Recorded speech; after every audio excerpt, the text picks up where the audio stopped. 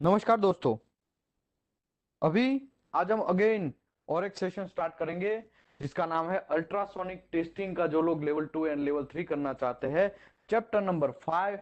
जो chapter number 5 है उसका नाम है कपलांट। कैसे कपलांट यूज करना है, क्यों कपलांट कपलांट यूज करना है, बहुत सारे उसके अलग अलग रीजंस है, उसके बारे में डिस्कस करेंगे। अल्ट्रासोनिक साउंड एनर्जी के बारे में डिस्कस करेंगे। उसके बाद बीम स्प्रेड जो होता है उसके बारे में पूरा डेप्थ में डिस्कस करेंगे। आई थिंक मेरी आवाज आ रही है, राइट? चैट बॉक्स में डालिएगा प्लीज। ओके, तो हम लोग आज जो ये चैप्टर है बहुत इंपॉर्टेंट टॉपिक है। प्रैक्टिकल के साथ भी थोड़ा बहुत हमको कोरिलेट करना है। यहाँ पे हम लोग जो है वो थ्योरी का पार्ट कवर कर रहे हैं। ओके, दूसरी बात, जो प्रैक्टिकल है ऑलरेडी हमारे गूगल ड्राइव में अवेलेबल है, तो वहां से लोग देख सकते हैं। ठीक है, जो लोग मेंबर है वो। ओके, पहला हमने चैप्टर डिस्कस किया, chapter number 1 application training and certification में लेवल 1 का ड्यूटी के बारे में पूरा डेप्थ में डिस्कस किया। लेवल 1 है वो कैलिब्रेशन कर सकता है, लेवल 1 है वो एनडीटी को परफॉर्म कर सकता है। कौन सा एनडीटी? जिसमें उसके पास सर्टिफिकेट है वो लेवल 1 वही कर सकता है। लेवल 2 क्या कर सकता है? लेवल 2 जो है वो मेरे भाई परफॉर्म भी कर सकता है, कैलिब्रेशन भी कर सकता है, लेकिन वो एक्स्ट्रा में एक्सेप्टेंस रिजेक्शन भी कर सकता है। ओके, उसके लिए उसके पास रिटर्न इंस्ट्रक्शन का किसी का जरूरत नहीं है, बाय डिफॉल्ट वो है। बाकी लेवल 1 को अगर एक्सेप्टेंस रिजेक्शन ऐसा बोलना है तो रिटर्न इंस्ट्रक्शन चाहिए लेवल 2 एंड लेवल 3 का। तो ये हमने ऑलरेडी डिस्कस किया। लेवल 2 है वो क्या कर सकता है? रिपोर्ट भी प्रिपेयर कर सकता है, राइट? तो रिपोर्ट प्रिपेयर करेगा तो उसके लिए बहुत ये एक प्रॉफिट, और एक जनरली लोग इसी की वजह से तो लेवल 2 कर रहे हैं कि भाई सब अथॉरिटी मिले। एक लेवल 2 है वो रिजल्ट भी बना सकता है, result acceptance rejection code standard and specification के हिसाब से बोल सकता है, थ्रू आउट फेमिलियर भी होता है। उसके बाद वो जनरली गाइड भी कर सकता है। किसको गाइड कर सकता है? लेवल 1 को। यस, लेवल 1 को गाइड कर सकता है कैसे काम करना है, क्या काम किधर भी फंसा है, कौन कौन सी जगह पे तुम फंसे हो, वो वहां पे वो सॉल्व कर सकता है। ठीक है, लेवल 3 क्या कर सकता है? लेवल 3 लेवल 1 लेवल 2 दोनों को ट्रेन भी कर सकता है, दोनों को सर्टिफाइड भी कर सकता है। उसके बाद आई विजन सर्टिफिकेशन है उसमें भी क्लियर कर सकता है। उसके बाद वो कोई भी मेथड को डेवलप कर सकता है, कोई कौन सा मेथड कहाँ पे यूज करना है वो भी डिसीजन लेवल 3 ले सकता है। तो बहुत सारे उसके वाइड स्कोप है लेवल 3 के। ठीक है, तो ये भी हमने ऑलरेडी डिस्कस किया। तो आज हम और एक आगे बढ़ते हैं चैप्टर नंबर 2 में। ऑलरेडी 2 में भी हमने क्या डिस्कस किया? अल्ट्रासोनिक प्रिंसिपल के ऊपर, कि भाई अल्ट्रासोनिक प्रिंसिपल है वो वाइब्रेशन प्रिंसिपल पे काम करता है। जो हमारा ह्यूमन बॉडी है, हमारा आंख है, हमारा कान है, वो कहां से 20 साइकिल पर सेकंड से लेके 20,000 साइकिल पर सेकंड, अदरवाइज लोग ऐसा बोलते हैं 20 हर्ट्ज से लेके टू 20,000 हर्ट्ज तक ही हम लोग सुन सकते हैं।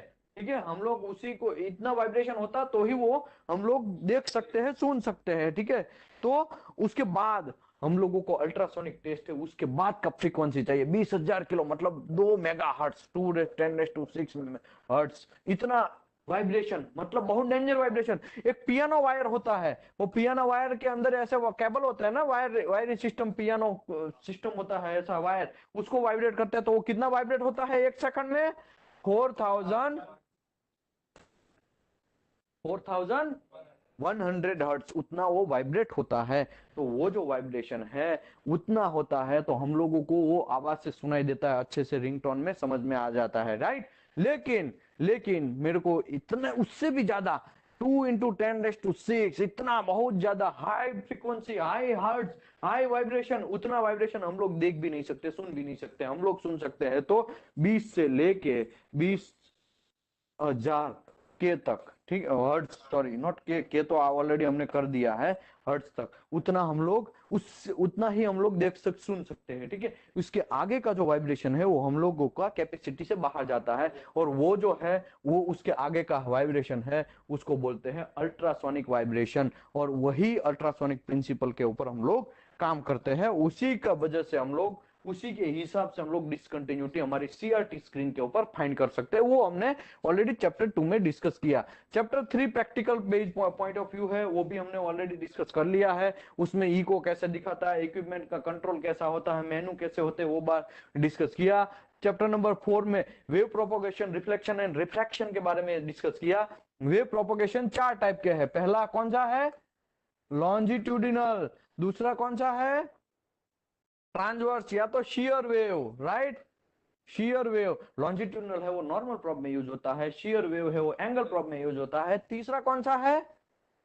तीसरा surface wave, right. Surface wave, उसके बारे में भी हमने पूरा डेप्थ में डिस्कस किया।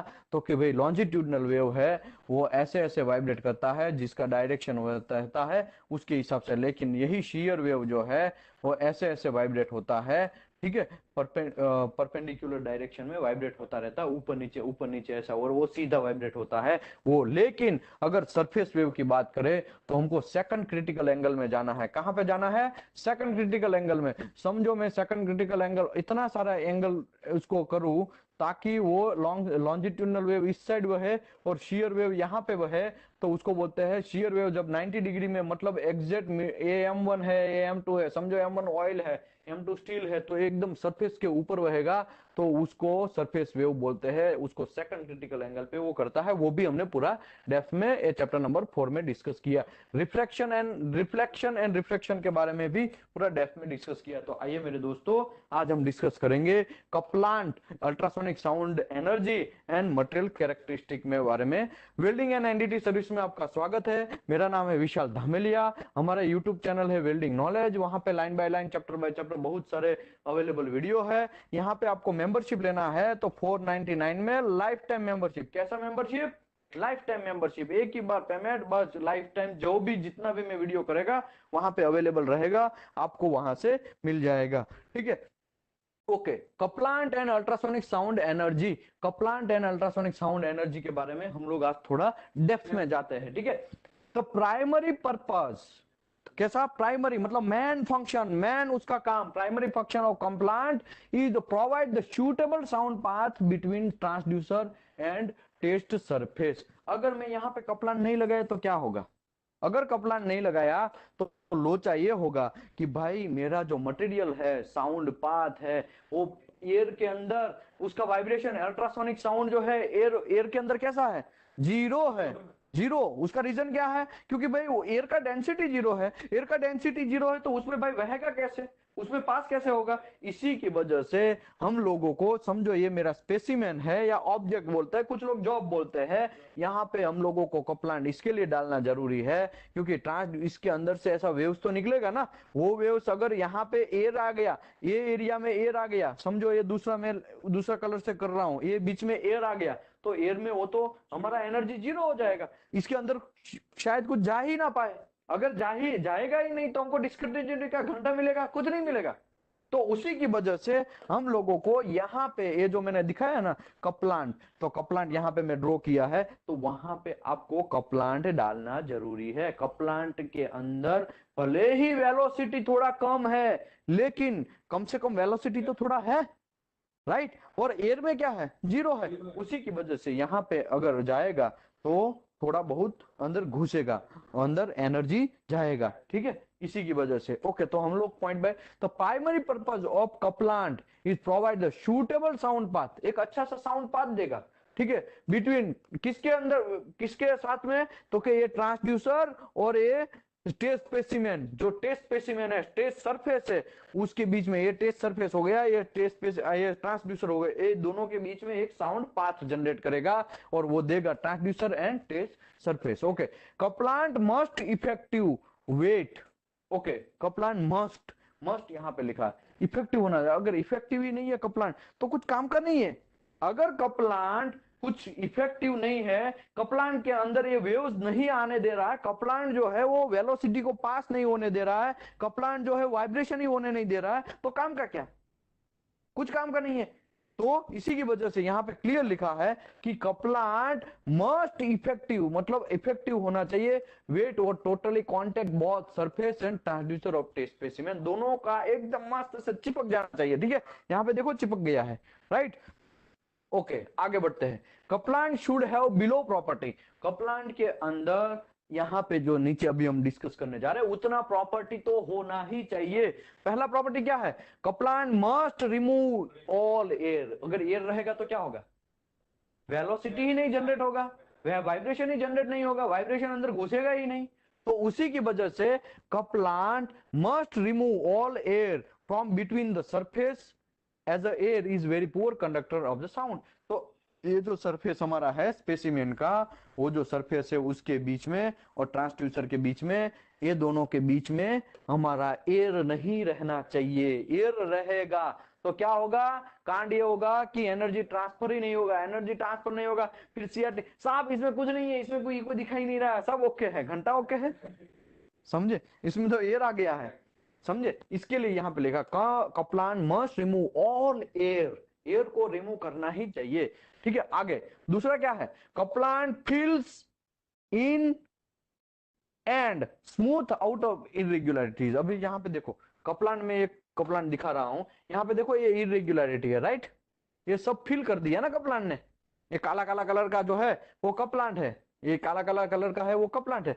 तो इरेग्युलरिटी है, सरफेस के अंदर रफनेस है, तो वो फिल कर देगा ताकि हमारा जो प्रोब है, ट्रांसड्यूसर है, वो अच्छे से घूमे, ठीक है। तो ये फिल कर देने का काम है उसका।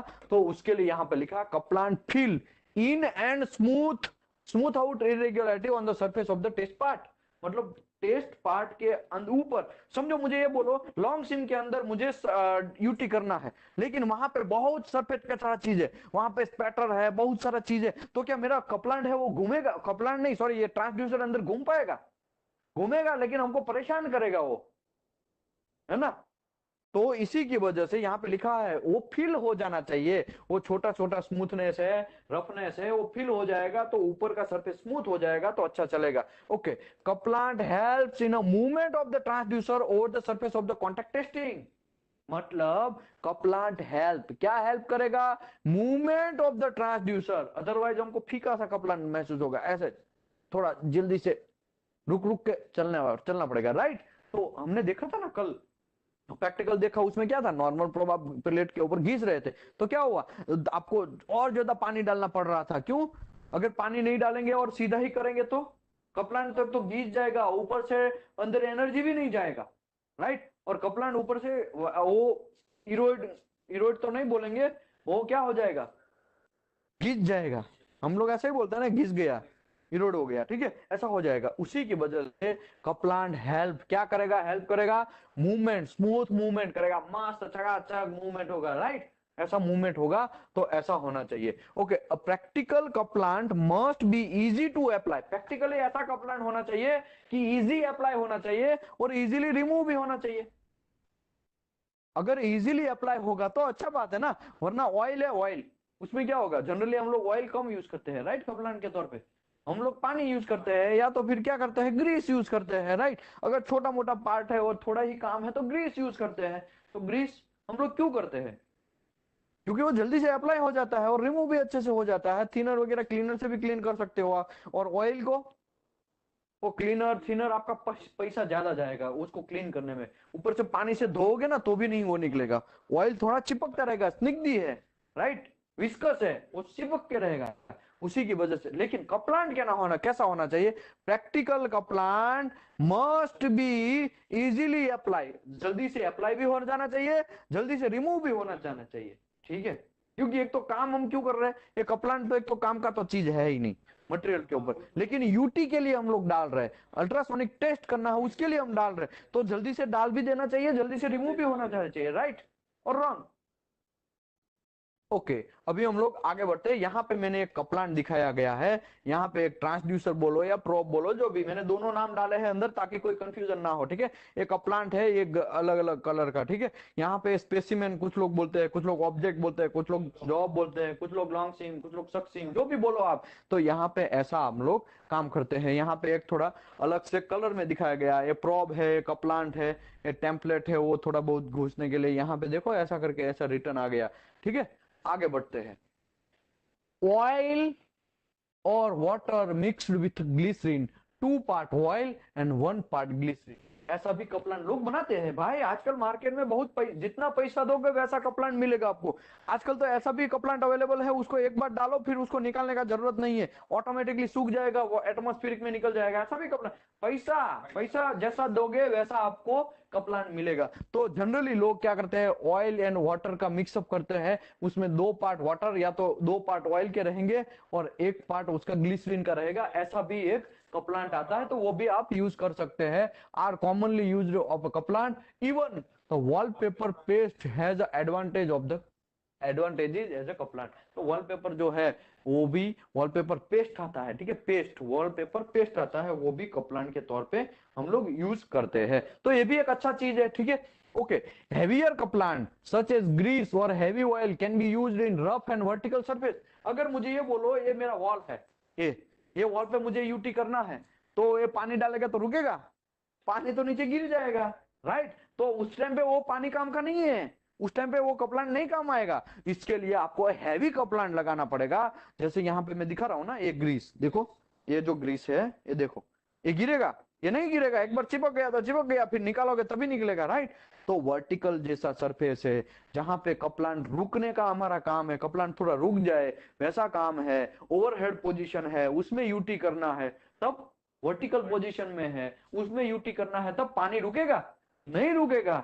तो उसी की वजह से उस टाइम पे हैवी थोड़ा कपलांट आपको यूज करना पड़ेगा। एज ए यूटी टेक्नीशियन आपको ये सब चीज पता होना चाहिए। अगर ये पता नहीं है ना, तो आपको किधर से भी घुमा के वो फंसा सकता है कोई भी आदमी, ठीक है। इसके लिए मैं ये छोटा छोटा चीज समझा रहा हूँ। आगे बढ़ते हैं। Specially formulated liquid and paste coolant are also available from ultrasonic equipment manufacturer। देखो स्पेशली फॉर्मुलेटेड, तो यहाँ पे देखो अलग अलग टाइप का कपलांट यहाँ पे दिया गया है। वैसा भी मैन्युफैक्चरर बनाता है बहुत सारा अल्ट्रासोनिक इक्विपमेंट। जो मैन्युफैक्चरर होता है ना, वो अलग अलग कपलांट बनाता है। जैसा पैसा दोगे वैसा आपको कपलांट मिलेगा। उसका अगर ज्यादा ज्यादा पैसा दोगे तो और अच्छा कपलांट मिलेगा, कम पैसा दोगे तो पानी तो है ही, बिना बिना पैसे दिए, ठीक है, पानी यूज कर लो। ओके, लेकिन सब जगह पानी नहीं यूज करना है, वो भी एक प्रॉब्लमेटिक है। अगर मैं आपको ये बोलूं कि कुछ का प्लांट में कुछ हम अल्ट्रासोनिक टेस्ट कर रहे हैं, और समझो डुप्लेक्स में मैं कर रहा हूँ या निकल बेस एलॉय में मैं कर रहा हूँ, तो उस टाइम पे मैं पानी यूज करेगा तो चलेगा? नहीं चलेगा। हाँ, पानी पानी का टेस्टिंग होना चाहिए, वो सब चीज होना चाहिए, लेकिन उस टाइम पे आपको ऐसा कपलांट यूज करना पड़ेगा जो क्लोरीन उसमें ना हो, कम हो, सल्फाइड फॉस्फेट वो सब चीज कम हो वैसा। क्योंकि पानी के अंदर क्या है, पानी के अंदर क्लोरीन ज्यादा होता है, ठीक है, क्लोरीन है, सल्फर है, वो सब चीज कचरा चीज वहां ज्यादा रहता है। और वो क्या करेगा, वो कार्बन स्टील जो स्टेनलेस स्टील है उसके ऊपर डालेंगे, तो स्टेनलेस स्टील के अंदर का क्रोमियम है, क्रोमियम उसको खींचेगा, उसको खींच के वो chromium carbide, chromium sulphide, chromium chloride, ये सब चीज बना के क्रोमियम साला लेके चला जाएगा। एक तो हमने पैसा ज्यादा दिया डुप्लेक्स में, स्टेनलेस स्टील में हमने पैसा ज्यादा दिया है, राइट, ज्यादा दिया है किसमें, क्योंकि ज्यादा क्रोमियम आए। क्रोमियम का काम क्या है, कोरोजन को रेजिस्ट करना। ऊपर से आप ऐसा यूटी करने के लिए घनचक्कर जैसा कपलान डाल रहे हो, तो वो तो क्रोमियम लेके निकल जाएगा, तो प्रॉब्लम। और क्रोमियम गया हमारे मटेरियल से तो क्या होगा, कोरोजन स्टार्ट हो जाएगा, राइट। तो उसी की वजह से कपलांट सिलेक्शन करना बहुत इंपॉर्टेंट पॉइंट है। इसके लिए आपको ये सब चीज समझना पड़ेगा। In circumstances where the liquid in paste undesirable, some जगह पे circumferential circumference where the use of liquid and paste undesirable, मतलब कुछ कुछ ऐसी जगह होता है वहां पे आप लिक्विड नहीं यूज कर सकते। कुछ कुछ जगह ऐसा होता है कि आप पेस्ट यूज नहीं कर सकते। क्यों? क्योंकि उसके अलग अलग रीजंस होते हैं बहुत सारे, वहां पे आग लगने का चांस है। चलो, तब क्या करोगे, लिक्विड नहीं यूज कर सकते ना। तो ऐसी जगह ऐसी होती है जहां पे ये सब चीज नहीं यूज कर सकते, उस टाइम पे thin rubber and rubber like material में बी यूज, उसका भी एज अ कपलान के तौर पे आप यूज कर सकते हैं, ठीक है। In all cases the couplant should be thin as a possible. जितना पतला कपलान रहेगा उतना अच्छा है, अच्छा है ना, उतना हमारा एनर्जी लॉस कम होगा, उतना जल्दी से एनर्जी हमारा ट्रांसफर होगा। जितना ज्यादा कपलान, मोटा कपलान में यहाँ पे मोटा लगा दूं, बहुत मोटा कपलान लगा दूं, तो क्या होगा, एनर्जी लॉस होगा, ज्यादा एनर्जी लॉस होगा, तो प्रॉब्लम हमको। इसके लिए जितना पतला कपलांट है, हम हमारा काम क्या है, कपलांट लगाते क्यों है, पहले तो एयर को रिमूव करने के लिए, राइट। और एयर को रिमूव करने के लिए एक छोटा सा छोटा कपलांट लगा देंगे तो भी चल जाएगा ना, है? तो इसके लिए लिखा है यहाँ पे कि जितना पॉसिबल हो सके उतना कैसा रखना है, पतला रखना है। थीन मतलब पतला, एकदम पतला रखना है, राइट। तो उससे हमारा को फायदा है ना। ओके, आगे बढ़ते हैं। इफ द कपलांट इज एक्सेसिव, अगर कपलांट एक्सेस मतलब ज्यादा यूज कर दिया, लौंदा का लौंदा बोलते हैं हम लोग, इतना लौंदा क्यों लगा दिया, इतना बहुत ज्यादा क्यों लगा दिया, ऐसा बोलते हैं ना हम लोग, है ना। तो इतना ज्यादा लगा दोगे, it may act as a wedge and alter direction of the sound beam, sound beam का डायरेक्शन भी चेंज हो जाएगा। साउंड देखो, हमने ऑलरेडी चैप्टर नंबर 4 में डिस्कस किया कि हमारा लॉन्जिट्यूडनल वेव, हमारा शेयर वेव, वो जब ट्रांसफर होता है एक मीडियम से दूसरे मीडियम, एकॉस्टिक इंपीडेंस जो है उसमें अलग अलग होता है, तो जैसे ही ट्रांसफर होता है तो उसका वेलोसिटी चेंज हो जाता है। क्यों? क्योंकि उसका एकॉस्टिक इंपीडेंस भी अलग है, और जैसे ही वेलोसिटी अलग हो जाएगा उसकी वजह से उसमें रिफ्रैक्शन और रिफ्लेक्शन होने का चांसेस है। और ज्यादा अगर कपलान लगा दोगे तो ऐसा समझेगा, ये दो मीडियम समझेगा, ये एक मीडियम और दूसरा मीडियम, जैसे ही एक मीडियम से एनर्जी हुआ दूसरे मीडियम में ट्रांसफर हुआ तो वहां पे एनर्जी जो सीधे डायरेक्शन में जाता था शायद टेढ़ा मेढ़ा और एंगल में भी जाए। और यही चैप्टर में हम डिस्कस करेंगे, बीम स्प्रेड का थ्योरी जो है वो हम डिस्कस करेंगे, तो हम लोग में समझाएगा उसमें, ठीक है। बीम स्प्रेड क्या होता है वो मैं करवाएगा। ओके, तो यहाँ पे इसके लिए लिखा है मोटा कपलांट आपको यूज नहीं, मोटा मतलब ज्यादा थिक थिक कपलांट आपको यूज नहीं करना है। हाँ, जितना हो सके पॉसिबल है उतना थिन पतला यूज करो, ठीक है। आगे बढ़ते हैं। ओके, कपलांट के बारे में डिस्कस कर लिया। अभी हम डिस्कस करते हैं सरफेस का।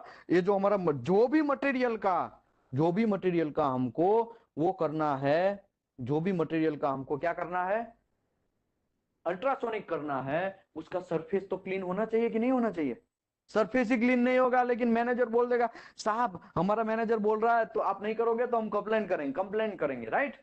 ऐसा होता है ना, आप जाते हैं, आप साइट पे जाते हैं तो आपको तो पता है। कल कॉल आया एक बंदे का, यहाँ पे अंकलेश्वर का ही बात है, सर वो यूटी करना है, वो एक प्लेट है उसका, सिंपल है प्लेट है। मतलब ठीक है, फोटो भेजो। मैं कल आ जाते हैं हम लोग, 10 बजे इंजीनियर को भेज देते हैं। तब फोटो आया तो पता चला वो तो सरफेस पूरा रस्टेड कस्टा कसरा चीज है। तो मैं बोला भाई इसको पहले आप क्लीन करो, क्लीन करने के बाद बोलो। तो आप क्लीन करना पड़ेगा, हाँ क्लीन तो करना पड़ेगा, सरफेस मिनिमम तो क्लीन, मेरा प्रॉप चले उतना तो क्लीन करना ही पड़ेगा। तो बोलता है तब तो एक दिन लग जाएगा, एक काम करो एक दिन के बाद आओ। आप समझो, सीरियसनेस समझो।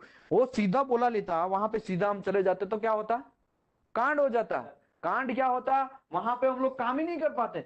देखो इसी की वजह से ये टॉपिक जो है इसमें लिखा है, the surface of the test specimen can gradually affect the ultrasonic wave propagation. तो सरफेस जो है ना वो भी एक इफेक्ट करता है अल्ट्रासोनिक वेव प्रोपगेशन में।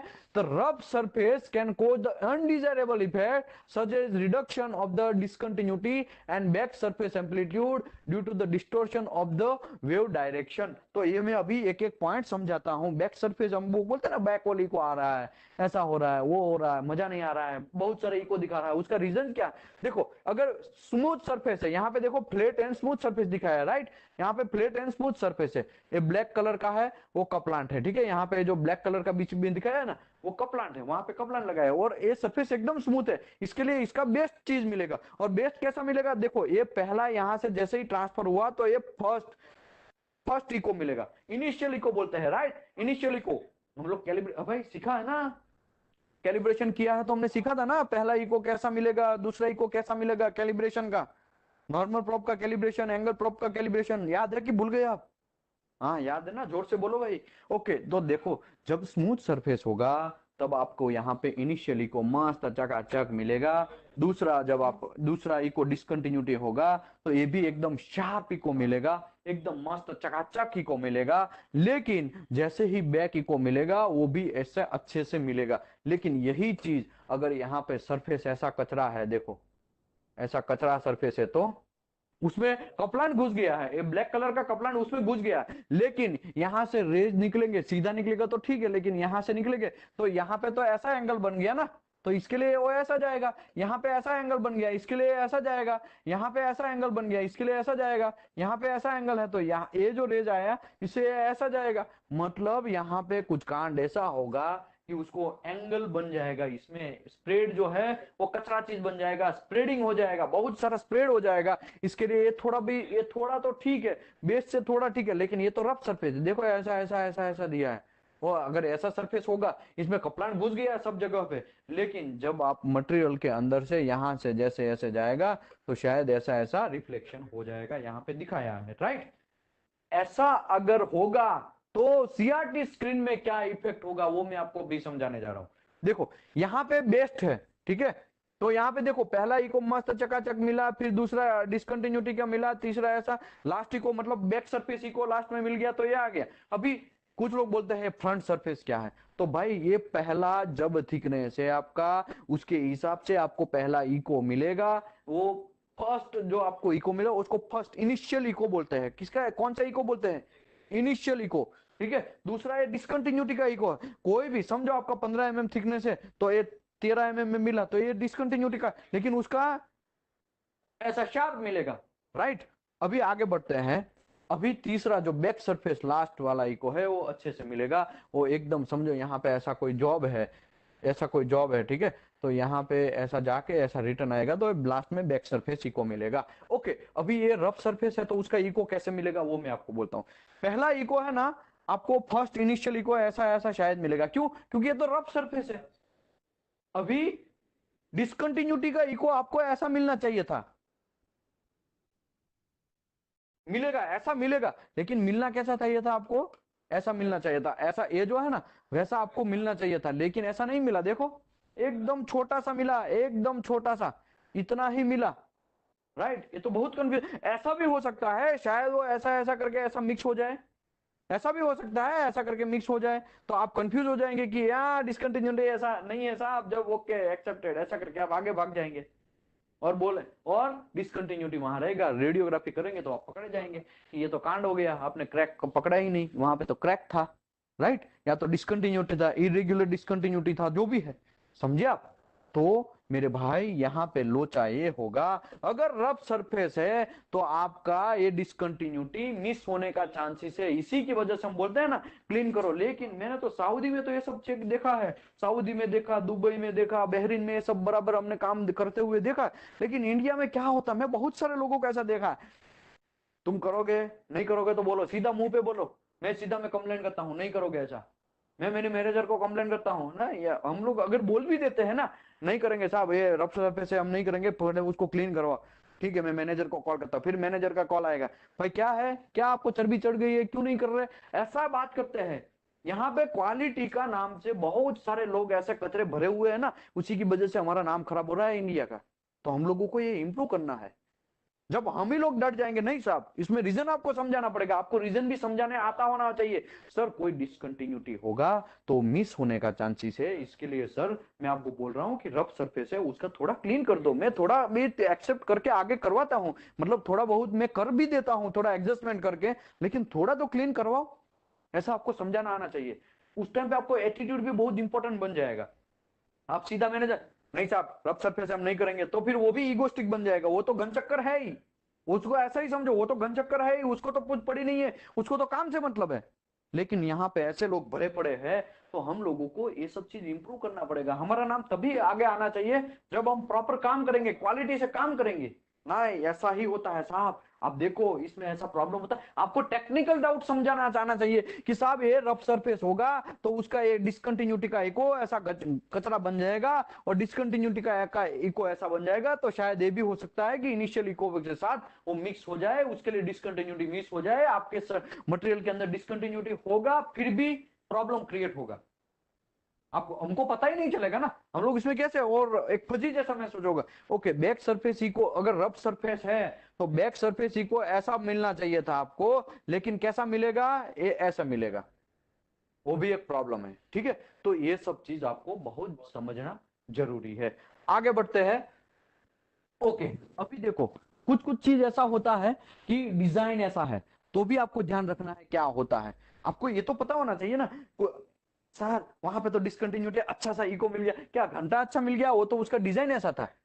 तो आपको थोड़ा बहुत ये भी पता होना चाहिए कि यहाँ पे आपका जो रिफ्लेक्शन हुआ है वो उसका प्रॉब्लम है, सरफेस उसका इरेग्युलर है, उसी की वजह से हुआ। इरेग्युलर मतलब ये मटेरियल का इरेग्युलरिटी नहीं, ये ऐसा जो भी ऐसा है आपका तो भी ऐसा होने का चाहिए। इसके लिए यहां लिखा है गुड बैक सरफेस रिफ्लेक्शन।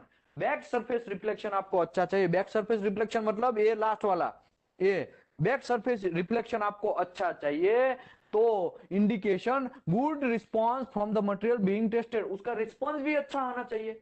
अगर ऐसा सीधा सरफेस होता तो अच्छा सा मस्त चकाचक ही को मिलता, यहां से आया यहां से ऐसा गया सीधा मस्त चकाचक दिखता।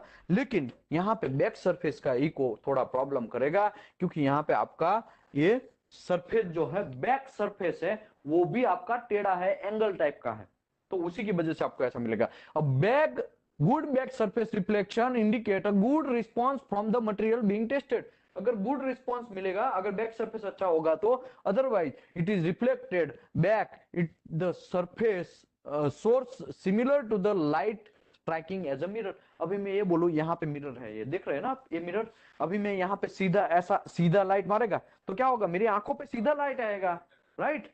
सीधा आप किसी के आंखों पे मार रहे हैं लाइट तो सीधा आंखों पे आएगा, राइट। और मतलब रिफ्लेक्शन अच्छा होगा एकदम, जैसा आप सीधा लाइट मार रहे हैं एग्जैक्टली डिग्री में, 0 डिग्री पे मार रहे हैं तो एग्जैक्टली आपको 0 पे रिटर्न आएगा और आपकी आंखें में प्रॉब्लम होगा। प्रॉब्लम तो नहीं होगा, मतलब आपको थोड़ा ऐसा महसूस होगा कि रिफ्लेक्शन अच्छा आ रहा है, राइट। अगर वही चीज अगर मैं ऐसा एंगल से मारूं तो, यहां से मारेगा तो ऐसा एंगल में ऐसा दूर पे जाएगा, राइट, तो हमारे ऊपर रिफ्लेक्शन प्रॉपर नहीं होगा। रिफ्लेक्शन प्रॉपर एग्जैक्टली 0 चाहिए, तो आपका सरफेस एकदम 0 होना चाहिए। अगर एग्जैक्टली नहीं मिलेगा तब आपका एंगल होगा तो शायद यहाँ करके ऐसा निकल जाएगा, यहां से आया यहां से आया और यहां से ऐसा गया, समझे। तो ऐसा भी चांसेस होने का चांसेस है। Okay, if the surface are not parallel, parallel नहीं है तो the reflection energy will be directed away from the transducer similar to the light falling in mirror of the angle. अगर ये जो अभी मैंने एंगल में दिखाया ना आपको, मिरर में है ना, मिरर में दिखाया ना, मोबाइल का टॉर्च भी आप लाइट करोगे तो अगर सीधा मारोगे तो सीधा आपके आंखों पे आएगा, अगर ऐसा एंगल में मारोगे तो थोड़ा आगे चला जाएगा, मतलब रिफ्लेक्शन प्रॉपर नहीं होगा। ठीक है, प्रॉपर होगा लेकिन अलग डायरेक्शन में होगा, तो फिर मेरा ट्रांसड्यूसर यहाँ पे पकड़ पाएगा। यहाँ पे मेरा ट्रांसड्यूसर है, यहाँ पे तो नहीं है, तो यहाँ पे तो पकड़ नहीं पाएगा। इसके लिए बैक सरफेस को आपको अच्छा नहीं मिलेगा। तो आपको अगर प्रॉपर रिस्पॉन्स चाहिए, गुड रिस्पॉन्स चाहिए, तो यहाँ पे ऐसा है, ठीक है, गुड रिस्पॉन्स चाहिए तो सीधा होना है। देखो यहाँ पे क्या होगा, यहाँ पे एक फर्स्ट इको आपको ऐसा मिल गया, फिर सेकंड इको ऐसा मिलेगा, ऐसा मिलेगा। एक्चुअल कैसा होना चाहिए था, ऐसा मस्त चकाचक होना चाहिए था। अगर ये ऐसा होता, अगर वो ऐसा सीधा एकदम सीधा सरफेस होता तो, ठीक है, ऐसा सीधा सरफेस होता ना तो ऐसा होता, लेकिन ऐसा नहीं है, यहाँ पे एंगल में है, उसी की वजह से आपको खाली इतना ही मिलेगा, ये फर्स्ट इनिशियल इको मिलेगा, फिर आपको ऐसा करके ऐसा निकल जाएगा। समझे आप, समझे कि ऊपर से गया।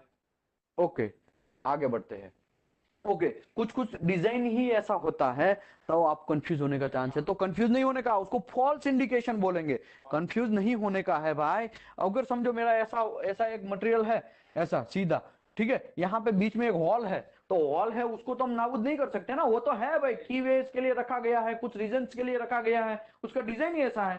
तो भाई यहाँ पे लिखा है a physical shape or contour of the part must be consider when attempting the discern discern whenever a discontinuity indication in real or false. आपको ये पता होना चाहिए ये discontinuity, as a NDT technician आपको ये नहीं पता है ना तो बहुत कंफ्यूजन जन है, साहब यहाँ पे तो क्रैक है या तो कुछ डिसकंटिन्यूटी या पोरोसिटी पकड़ लिया मैंने, क्या घंटा पकड़ लिया। जब यहाँ पे आप एक्सकेवेशन करोगे, खोदना स्टार्ट करोगे, ग्राइंडिंग करोगे तो पता चलेगा यहाँ पे तो पहले से वॉल था। तो डिजाइन आपको पता होना चाहिए, इसके लिए बोलते हैं ना जो एनडीटी टेक्नीशियन है ना वो बहुत नॉलेजेबल होना चाहिए। एनडीटी टेक्नीशियन है ना वो यूटी मशीन तो चलाते आना ही चाहिए, थोड़ा बहुत ड्राइंग भी देख लेना चाहिए। आजकल मल्टी मल्टी इंजीनियर का मार्केट है, मल्टी एडवांस एनडीटी का मार्केट है, राइट। तो अगर आप यहाँ पे पोरोसिटी था साहब मिल गया मुझे और आप खोद दिया और खोदा तो पता चला यहाँ पे तो पहले से ही वो as a by default design ही ऐसा है उसका, तब क्या आप भरेंगे, कितना लॉस हो जाएगा, बहुत सारा लॉस हो जाएगा भाई।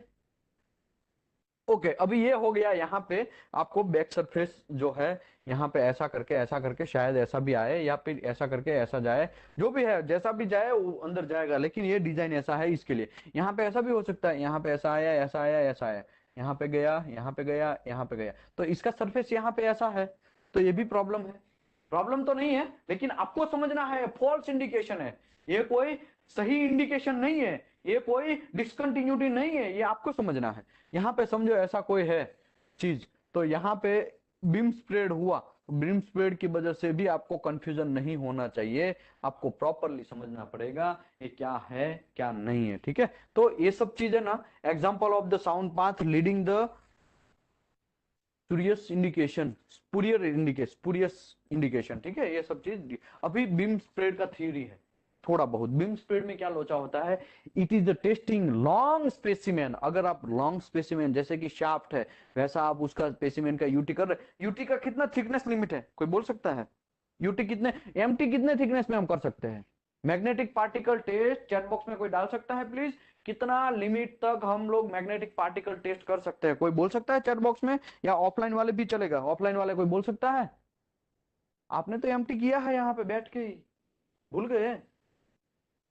6.35 mm तक ही मैग्नेटिक पार्टिकल टेस्ट कर सकते हैं, ठीक है।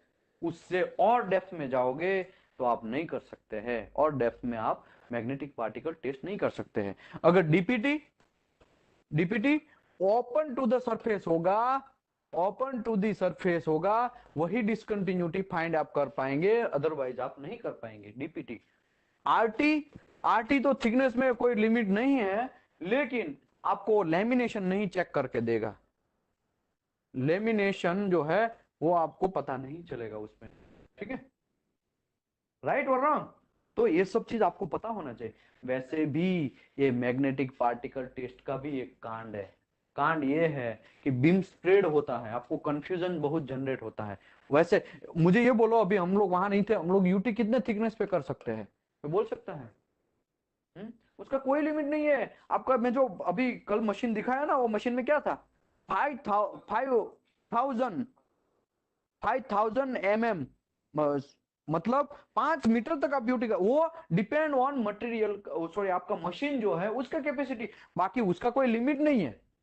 मटेरियल थिकनेस आप कितने भी थिकनेस में कर सकते हैं, डिपेंड ऑन योर मटेरियल, आप कितना वाइब्रेशन, आप कितना एनर्जी से ट्रांसमिट कर रहे हो उसके ऊपर, बाकी इसका कोई थिकनेस लिमिट नहीं है। किसी ने अच्छा भी लिखा, देखो, वेरी गुड, खान सर ने लिखा है, वेरी गुड, शैफुद्दीन सर ने भी लिखा, प्रकाश मिश्रा सर ने, ओके वेरी गुड, बहुत सारे लोगों ने यहाँ पे रिस्पॉन्स दिया है, very good, thank you very much. तो मेरे भाई ये सब चीज आपको समझना है, यूटी का कोई थिकनेस लिमिट नहीं है, एमपीटी का 6.35 तक, वो भी अप्रोक्स, शायद शायद ऐसा भी हो सकता है कि 6 mm तक भी आप ना पकड़ पाए, ऐसा भी हो सकता है। तो आगे बढ़ते हैं, तो ऐसा हमने तो कांड कर दिया, हमने तो पता कर दिया, चलो 10 मीटर का मेरा एक जॉब है, या 5 मीटर का है, 3 मीटर का जॉब है, उसका पूरा का पूरा भरा हुआ है, मतलब पूरा पूरा फोर्जिंग है, उसका मैं यूटी करने बैठा हूं। तो यहाँ पे मैंने एक ट्रांसड्यूसर लगा दिया, अभी मैं यहाँ से स्प्रेड करेगा, यहाँ से मेरा ए जाएगा, यहाँ से ऐसे जाएगा, यहाँ से ऐसे जाएगा, फिर ऐसे रिटर्न आएगा, एक्चुअली यहाँ पे आना, देखो कितना डिस्टेंस काट लिया उसने, राइट और रॉन्ग? यहां से गया, यहां से ऐसे गया, फिर यहाँ पे फिर ऐसा एंगल प्रॉब, फिर दूसरी बात यहाँ पे समझो, कुछ ऐसे भी हो सकते हैं कि यहां से जाने के बाद ऐसा भी हो सकता है, शेयर वेव भी बन जाएगा, शेयर वेव आगे पीछे ऐसा ऐसा ऐसा ऐसा चलता रहेगा, फिर ऐसे ऐसे रिटर्न आएगा, तो लग जाएगी, ऐसा भी हो सकता है ना। तो यहाँ पे ये सब चीज हमको समझना जरूरी है। If the test is long specimen, reflection of the spreading beam can produce the false indication, आपको फॉल्स इंडिकेशन होने का चांसेस है, ठीक है। On the CRT screen in shown below, तो यहाँ पे देखो ये सीआरटी स्क्रीन है, ठीक है, ये सीआरटी स्क्रीन है, पहला आपको इको बराबर मिला, लेकिन ये फर्स्ट बैकवॉल मिला, फिर ऐसा घन चक्कर जैसे बहुत सारे इको मिले आपको। तो ये सब चीज क्या है, ये सब चीज आपका ये बीम स्प्रेड अंदर हुआ है उसका है। तो आपको कंफ्यूज नहीं होना है, अरे यार ये क्या हो गया, क्या कुछ नहीं हुआ है, ये जस्ट फर्स्ट बैकवॉल इको है, उसके पीछे से छोटे छोटे बहुत सारे इको आए हैं, वो एक रिफ्लेक्शन के है, रिफ्लेक्शन के या तो स्प्रेड के बोल सकते हैं, बीम स्प्रेड हुआ है, ठीक है। वो बीम स्प्रेड का थ्योरी आएगा तो मैं अभी आपको समझाएगा, ओके। तो इसके बारे में, तो shear wave may be generated with reflect and slip angle and opposite side where the mode conversion in takes place। mode conversion हमने चैप्टर नंबर 4 में सीखा, 4 टाइप के हैं, कितने, 4 टाइप के वेव है। पहला longitudinal wave, normal probe, angle probe में shear वेव, उसके बाद सरफेस वेव और प्लेट वेव या लैम्ब जो भी बोलो आप, समझे, ठीक है। तो डिस्ट्रीब्यूटिव वेव, ठीक है, ऐसा होता है। तो ये हमने ऑलरेडी डिस्कस किया चैप्टर नंबर 4 में। तो ये मुझे इसमें चैप्टर नंबर यहाँ पे लिखा भी है मैंने कि वो सब चीज हुआ। तो लॉन्ग समझो, यहाँ से गया तो यहाँ पे ऐसा ऐसा भी होने का चांसेस है। तो ये आपको समझना जरूरी है। खाली बली हमें तो however this type of false signal will appear on the right side of the first back वाली को। तो यहाँ पे false indication आपको दिखाएगा। ओके, अभी ग्रेन स्ट्रक्चर भी बहुत इंपॉर्टेंट है। कुछ कुछ अच्छे अच्छे ग्रेन होते हैं, ठीक है, स्टेनलेस स्टील में अच्छे फाइन ग्रेन है तो उसमें अच्छा रिस्पांस मिलेगा। लेकिन वही कास्टिंग का हो गया तो कास्टिंग में थोड़ा ग्रेन स्ट्रक्चर देखो। ये मैं स्टेनलेस स्टील का एक छोटा सा दिखाता हूं तो आपको कंफ्यूजन ना हो। एकदम मस्त चकाचक ऐसे बैठा होगा, ठीक है, ऐसा। ये स्टेनलेस स्टील का एग्जांपल के तौर पे समझा रहा हूं, फिर ऐसा नहीं समझने का ये स्टेनलेस स्टील है। अभी वही एक चीज कास्टिंग का दिखा रहा हूं।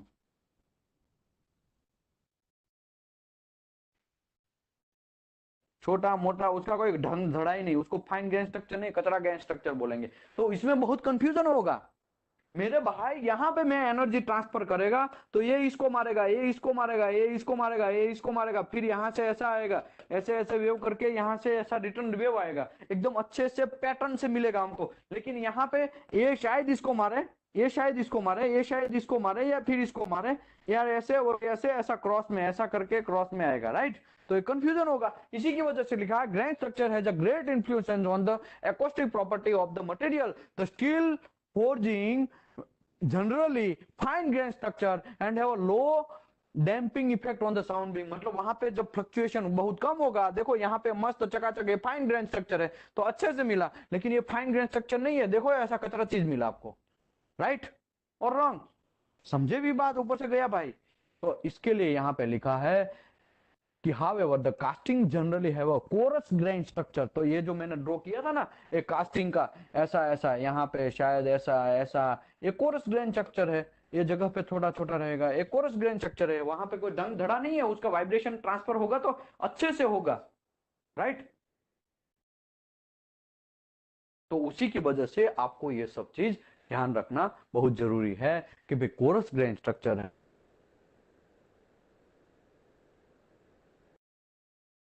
मुझे ये बोलो, यहाँ पे एक मटेरियल है, यहाँ पे ऐसा एक क्रैक है, ठीक है।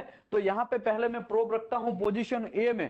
तो पोजीशन ए में क्या होगा, पूरा का पूरा साउंड रिटर्न आएगा।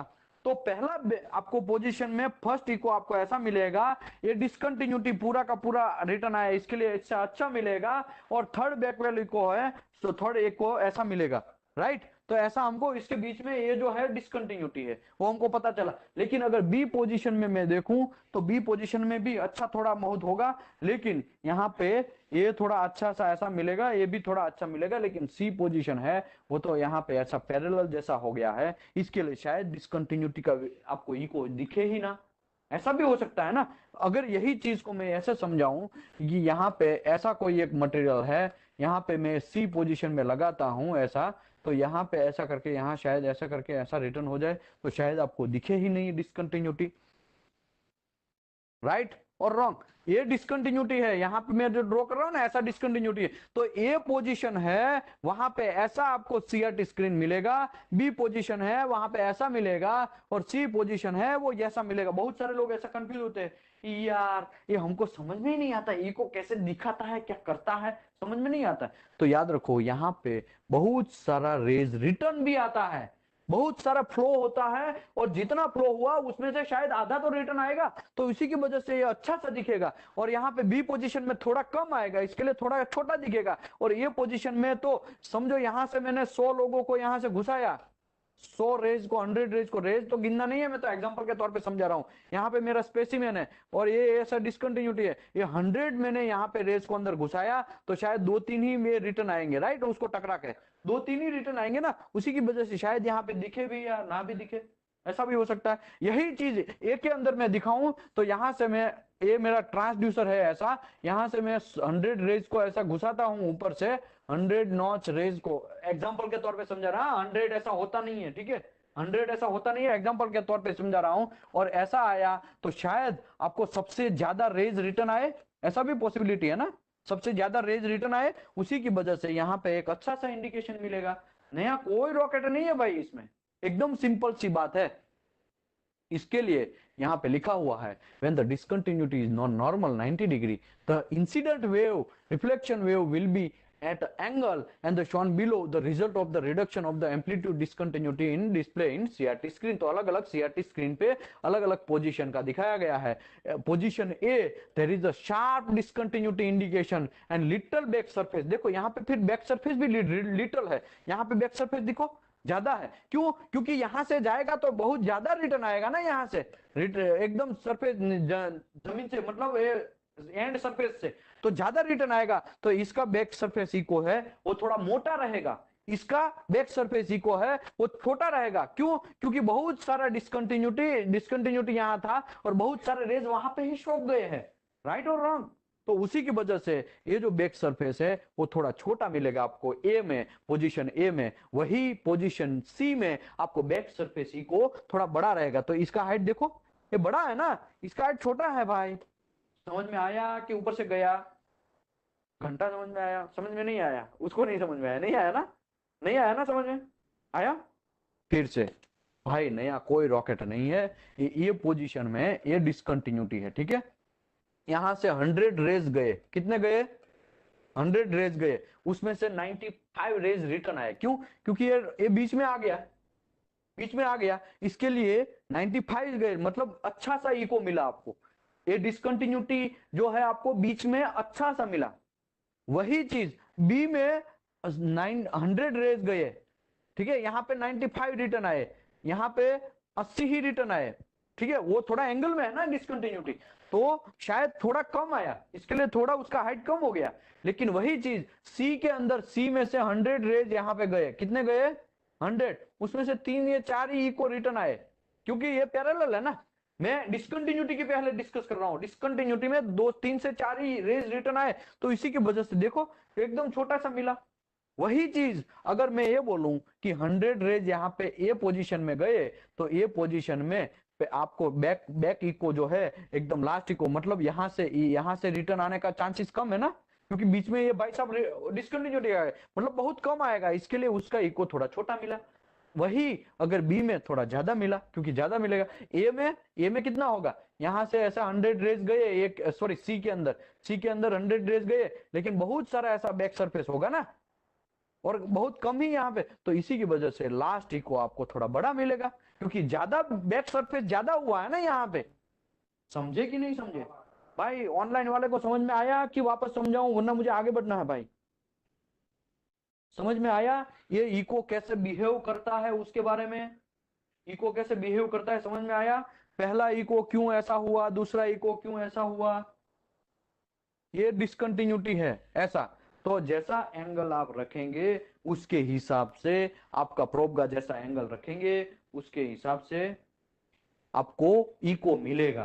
कितना बैक मिल रहा है, अगर ज्यादा सरफेस डिसकंटिन्यूटी के ऊपर जा रहा है तो डिसकंटिन्यूटी अच्छा सा दिखेगा, अगर एक दो ही रेज पड़ रहे हैं और एक ही दो रिटर्न आ रहे हैं तो फिर छोटा मिलेगा। ऐसा है, नया कोई रॉकेट नहीं है। ओके चलो, खान सर ने बोल दिया है, समझ में आ गया, आगे बढ़ते हैं। Okay, the basic techniques are used in locating the evaluating angular flow। तो क्या देखो, दो टाइप्स के टेक्निक्स है, एक कॉन्टेक्स्ट टेक्निक्स, एक इमर्सन टेक्निक्स। ठीक है, वो तो उसके बारे में डेप्थ में आएगा तो मैं समझ आएगा, लेकिन ये भाई पुराना जमाने का थोड़ा टेक्निक्स है, मैं समझा देता हूं। देखो, पहली बात कि भाई आपको एंगल प्रॉब जो है शेयर वेव है, मैंने चैप्टर नंबर 4 समझाया, उसमें समझाया था कि शेयर वेव किस में ट्रैवल नहीं करता है? लिक्विड में ट्रैवल नहीं करता है भाई, करता है? लिक्विड में ट्रैवल नहीं करता है। तो फिर आप यहां पे ऐसा सोचोगे कि ये एंगल प्रॉब में मैं नॉर्मल प्रॉब को ही मुझे यहां पे यूज करना पड़ेगा, राइट? नॉर्मल प्रॉब में लॉन्जिट्यूडिनल वेव है, एंगल प्रॉब में कौन सा है? शेयर वेव है। तो शेयर वेव क्या करता है? वो लिक्विड में ट्रैवल नहीं करता है। इसी की वजह से हम लोगों को समझो, ये टेस्ट स्पेसिमेन को चेक करना है तो मेरे भाई उसको ऐसा ऐसा घुमाता, जैसा एंगल चाहिए वैसा आपको अंदर ही ऐसा हाथ से करना पड़ेगा। पानी के अंदर आप जब हाथ लेके जाएंगे तो आपको उसके हिसाब से एंगल थोड़ा बहुत घुमाना पड़ेगा। समझे कि नहीं समझे? क्यों हम लोग वहां पे एंगल प्रोब नहीं यूज कर सकते हैं? एंगल प्रोब यहाँ पे क्यों यूज नहीं कर सकते, कोई बोल सकता है? एंगल प्रोब क्यों नहीं यूज कर सकते हैं? नहीं, गलत समझे। शेयर एंगल प्रोब में कौन सा वेव्स होता है? चार टाइप्स के वेव्स हमने डिस्कस किया चैप्टर नंबर 4 में, कि share wave, longitudinal wave, share wave, surface wave और प्लेट वेव, राइट। ये चार टाइप के हैं। लॉन्जिट्यूडनल वेव कहां यूज होता है? नॉर्मल प्रोब में ही यूज होता है। शेयर वेव किस में यूज होता है? एंगल प्रोब में यूज होता है। तो यहाँ पे पानी है, पानी तो लिक्विड है ना, ये पानी है, ये पूरा पानी है, राइट। ये पानी क्या है? लिक्विड है, वाटर है। ये वाटर क्या है? लिक्विड है। वाटर तो लिक्विड ही है ना, तो लिक्विड के अंदर शेयर वेव पास होगा? नहीं होगा, हमने डिस्कस कर लिया।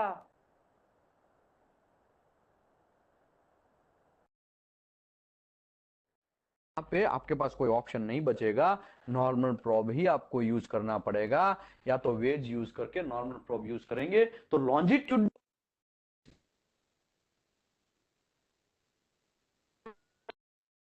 भी इसमें आपको घुसाना पड़ेगा। इसके लिए यहाँ पे नॉर्मल प्रोब अगर यूज करना है तो आप हाथ से उसका थोड़ा एंगल वगैरह चेंज कर दो, या तो बहुत सारे ऐसे इंस्ट्रूमेंट भी आते हैं, ऊपर से थोड़ा इतना करोगे तो 45 डिग्री ही रहेगा, और आगे पीछे घुमा दो, तो ऐसा आप कर सकते हैं। ओके, अभी नॉर्मल प्रोब में आपको यूज करता हूं, ये एक कोई नॉर्मल कंडीशन है उसमें चेक करना है। तो पहले के जमाने में, पुराना टाइम में ऐसा प्लास्टिक वेज आता था, प्लास्टिक वेज, मतलब उसमें घुसा दो और करो। लेकिन आजकल ये कोई यूज नहीं करता है। आजकल क्या मार्केट में आ गया है? Angle probe, 45 degree, 70 degree, 65 degree, जो भी आपको चाहिए। अभी आप बोलेंगे अरे यार 65 डिग्री क्यों बोला, 65 डिग्री तो आता ही नहीं। भाई आप बनवा लो ना, क्यों नहीं बनवा सकते हो? आप बनवा सकते हो, आपको स्पेशल रिक्वायरमेंट है तो आप बनवा लो, इसमें नया रॉकेट नहीं है। लेकिन मार्केट में कितना अवेलेबल है? 45 डिग्री वाला, 60 डिग्री वाला, 70 डिग्री वाला, इतने सारे मार्केट में जनरली हम लोग ज्यादा यूज करते हैं, राइट और रॉन्ग? भाई जागते रहो, हाँ जागते रहो। तो इसके लिए कॉन्टेक्ट टेस्टिंग और इमर्सन टेस्टिंग के बारे में हमने डिस्कस कर लिया। अभी हम बात करते हैं बीम स्प्रेड की। अभी मुझे ये बोलो कि बीम स्प्रेड है वो बहुत घनचक्कर चीज है। बीम स्प्रेड एक तो होना ही नहीं चाहिए था, लेकिन फिर भी हो रहा है। नॉर्मल प्रॉप से जैसे ही हम लोग यहाँ पे नॉर्मल प्रॉप डाल रहे हैं, तो इसमें से ऐसे भी जाएगा ना, ऐसे भी जाएगा, ऐसा भी जाएगा, ऐसा बहुत सारे जाएंगे ना, कि नहीं जाएंगे? ऐसा जाएंगे ना। तो हम लोगों को अगर ऐसे जाएगा तो शायद उसका रिस्पॉन्स भी कचरा जैसा आएगा, तो हम लोगों को फजी महसूस होगा। इसी की वजह से हम लोग अभी बीम स्प्रेड का डिस्कस करते हैं। देखो, जनरली ये मेरा प्रॉब है, ठीक है, एक यहाँ पे, ये सॉरी प्रॉब नहीं है, ये मेरा एक स्पेसिमेन है। क्या है ये? Test specimen. ये है टेस्ट स्पेसिमेन, ठीक है। अभी यहाँ पे मैं एक नॉर्मल प्रॉप घुसा रहा हूं, ठीक है। इसमें से एक बीच में से भी रे आएगा, एक यहां से भी रे जाएगा, एक यहां से भी रे जाएगा। तो इसको मैं क्या बोलता हूं? थीटा। इस वो भी थीटा ही होगा, दोनों थीटा ही होगा, ठीक है। ये क्या है? ट्रांसड्यूसर। ये है डायामीटर, उसका क्या है? डायामीटर, ठीक है, ये डायामीटर है।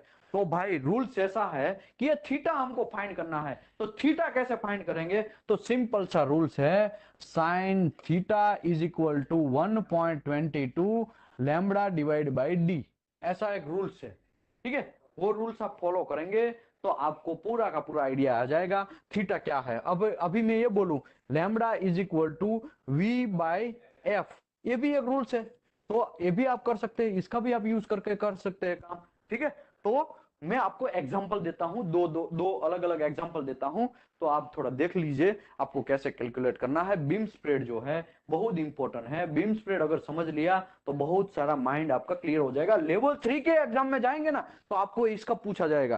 तो शायद यहाँ पे है, मैं ड्रॉ किया है पहले से ही, मैं थोड़ा लिख के रखा है। देखो भाई जल्दी जल्दी में मैं यूट्यूब में मेरे को डालना है, इसके लिए मैं जल्दी जल्दी में इसको ऐसा नहीं समझा सकता। इसके लिए मेरे ही लैंग्वेज में मैंने यहाँ पे ड्रॉ किया है, देख लो ये डी है, ठीक है।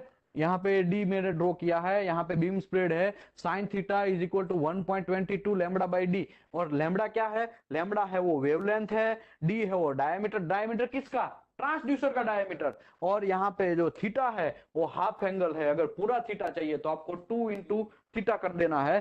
तो मैं यहाँ पे एक एग्जांपल लेता हूं, ठीक है। ये थोड़ा आप अभी भूल जाइए आंसर, ठीक है, ये आंसर थोड़ा भूल जाइए। अभी मैं एक एग्जांपल लेता हूं। एक बार मैं diameter d is equal to 10 mm लेता हूं और फ्रीक्वेंसी 4 मेगाहर्ट्ज लेता हूं। ठीक है, एक बार मैं डायमीटर 24 mm लेता हूं और फिर भी फ्रीक्वेंसी में 4 ही मेगाहर्ट्ज लेता हूं, इसमें मैं खाली डायमीटर चेंज कर रहा हूं। और तीसरा एग्जांपल लेता हूं, उसमें भी मैं डायमीटर सेम रखता हूं, लेकिन फ्रीक्वेंसी दोनों का 2-2 मेगाहर्ट्ज कर देता हूं। तो सबका थीटा फाइंड करो, तो कैसा मिलेगा? साइंटिफिक कैलसी है भाई, सिंपल सा है, नया कोई रॉकेट नहीं है। Sine theta is equal to 1.22 lambda by D. और ये स्टील का है, मैं स्टील का डिस्कस कर रहा हूं, ये है स्टील का मटेरियल है। स्टील में कितना होता है वेलोसिटी? नॉर्मल प्रोप का वेलोसिटी क्या है स्टील का? 5920 मीटर पर सेकंड। ठीक है, तो v इतना लो, तो आपको v मिल गया। फ्रीक्वेंसी मैंने यहाँ पे दिया है 4-4-2-2 ऐसा दिया है। पहला ये ले लेने का, ठीक है, पहला आप ये कैलकुलेट करो, फिर आप ये कैलकुलेट करो, फिर आप ये कैलकुलेट करो, फिर आप ये कैलकुलेट करो, तो आपको आइडिया आ जाएगा। ठीक है, मैं कैलकुलेट करता हूं पहले का आंसर सीधा। ऐसा है तो कुछ लोग तो सीधा कैलकुलेटर ही मारते हैं, तो सीधा कैलकुलेटर मार सकते हैं। लैम्बडा ऊपर गया तो v डिवाइड बाई एफ, तो v हमारा 5920 इस डिवाइड बाई एफ मतलब 4 है, तो 5920 डिवाइड बाई 4, तो आ गया 1480। 1480 ये लैम्बडा हो गया, डिवाइड बाई डी, तो डी मैंने 10 mm लिया है, डिवाइड बाई डी 10 mm कर दिया, तो इतना आया। उसके बाद इंटू 1.22 कर दो, तो theta is equal to sine inverse का साइंटिफिक कैलसी है ना, वो करो, तो आपको थीटा मिलेगा 10.36।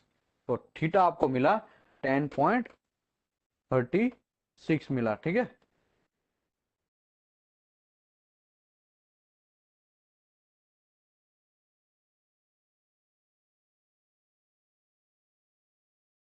तो पहला आपको आंसर मिला 10.36। ऐसे ही सब कैलकुलेट करोगे तो यहाँ पे आपको आंसर मिलेगा ये।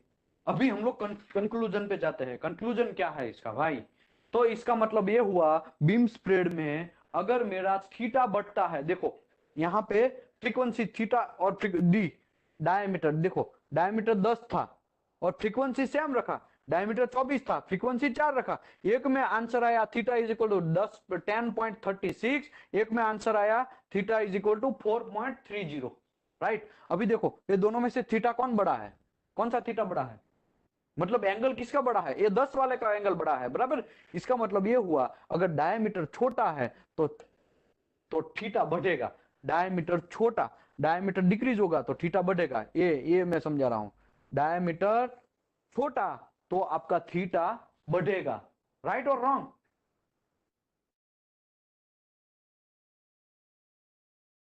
ठीक है, ओके। तो अभी देखो थीटा यहाँ पे दोनों का मैं कंक्लूजन करता हूं। यहाँ पे डायमीटर बढ़ गया, देखो 24 हो गया, तो डायमीटर बढ़ा तो आपका थीटा कम हुआ, तो यहाँ पे थीटा 4.30 ही हो गया। देखा? तो यहाँ पे कंक्लूजन पे ये भी आते हैं कि जैसे जैसे डायमीटर बढ़ेगा वैसे थीटा कम होता जाएगा, मतलब बीम स्प्रेड कम होगा। मतलब आपका ट्रांसड्यूसर का डायमीटर जो है वो जितना बड़ा होगा उतना आपका बीम स्प्रेड कम होगा। राइट और रॉन्ग? और जितना थीटा कम होगा उतना आपका बीम स्प्रेड ज्यादा होगा। Right, okay. अभी दूसरा कंक्लूजन पे जाते हैं। अभी देखो इसमें फ्रीक्वेंसी पहले दोनों में 4 लिया, दोनों में 2 लिया, तो 4 जब फ्रीक्वेंसी लिया तब थीटा उसका अलग लगाया। देखो फ्रीक्वेंसी यहाँ पे 2 लिया तो यहाँ पे 21 आया, यहाँ पे 10 आया। सेम सब चीज, डायमीटर 10 लिया, डायमीटर 10 लिया, फ्रीक्वेंसी 4 एक में लिया, एक में फ्रीक्वेंसी 2 लिया, खाली यही चेंज किया एक चीज में। राइट, तो यहाँ पे देखो थीटा इसमें कम हो गया, यहाँ पे थीटा बढ़ गया। तो यहाँ पे फ्रीक्वेंसी बढ़ता है तो डायमीटर कम होता है, इसका मतलब ये भी होता है। राइट, अगर सेम डायमीटर पे अगर हम लोग फ्रीक्वेंसी बढ़ा देते हैं, फ्रीक्वेंसी हाई कर देते हैं, तो डायमीटर आपका कम हो जाएगा।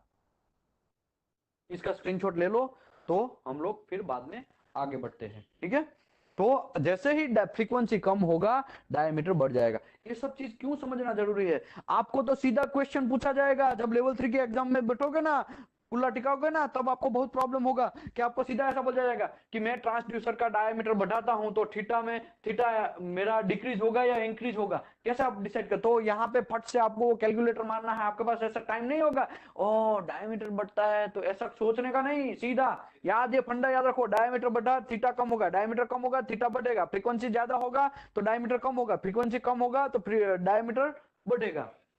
ये फंडा एक कंक्लूजन है। यहाँ पे एक कंक्लूजन अगर समझ लिया तो आपको ज्यादा कोई परेशानी नहीं होगी। ओके, नियर जोन और फार जोन का भी डिस्कस आएगा, वो चैप्टर नंबर 8 में डिस्कस करेंगे, लेकिन यहाँ पे इतना ज्यादा अभी हम लोगों को जाना नहीं, मुझे जल्दी फिनिश करना है चैप्टर, अभी फिनिश ही हो गया है, ठीक है। तो यहाँ पे मैं पीपीटी में भी यही चिपका दिया है, ठीक है, अभी मैंने ड्रॉ किया है और पीपीटी में ये मैं चिपका दिया है। तो पीपीटी आपको मैं जो आपका हमारा जो व्हाट्सअप जो है वहां पे शेयर कर देगा। तो यहाँ पे चैप्टर क्लोज होता है। Thank you very much. मैं आशा करता हूँ आप सब लोगों को इसका इंफॉर्मेशन प्रॉपर मिला होगा और आने वाले टाइम में आप इसका प्रॉपरली यूज करेंगे प्रैक्टिकली, ठीक है।